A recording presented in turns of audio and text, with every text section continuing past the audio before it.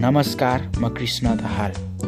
आज म मेरो नेपाली किताब कक्षा 3 पाठ 3 मा भएको म को हुँ पढ्दैछु। तिमीले मलाई राम्रोसँग चिनेका छौ।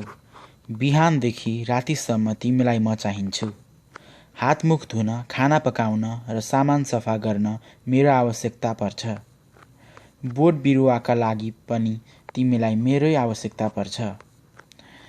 मेरो कुनै रूप र रङ्ग छैन। जुन भाँडामा हाल्यो म त्यस्तै बन्छु। ममा जुन रङ मिसायो म त्यस्तै हुन्छु। भन त म को हुँ? तिमीले चिन्यौ होला, म पानी हुँ। म आवश्यकता अनुसार चिसो, तातो, नुनिलो आदि विभिन्न रूपमा परिवर्तन हुन सक्छु। म जमेर बरफ पनि बन्छु।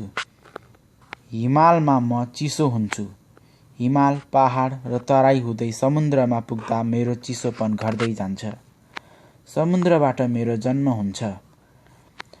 समुद्र भनेको पानी नै पानी भएको ठाउँ हो। तिमीहरू मध्ये त कसैले पनि देखेका छैनौ होला। समुद्रमा म एकदमै नुनिलो हुन्छु। म समुद्रमा पुगेको बेला तिमीले मलाई पिउन हुँदैन।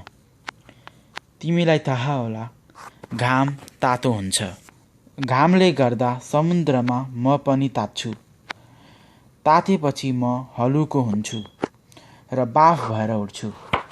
म बाफ भएर माथि माथि आकाशतिर पुग्छु।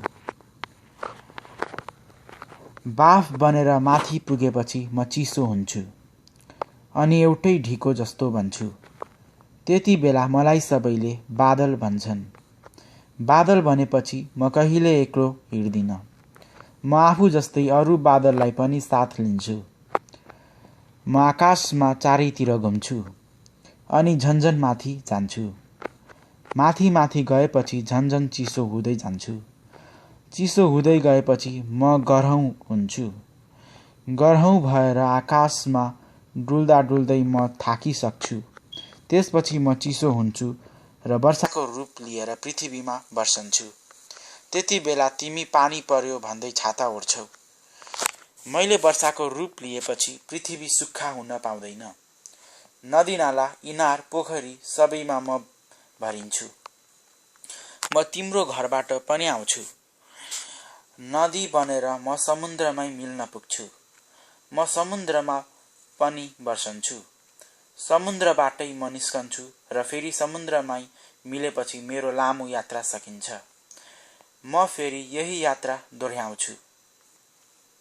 धन्यवाद। Please like, share and subscribe गर्नुहोला। Thank you.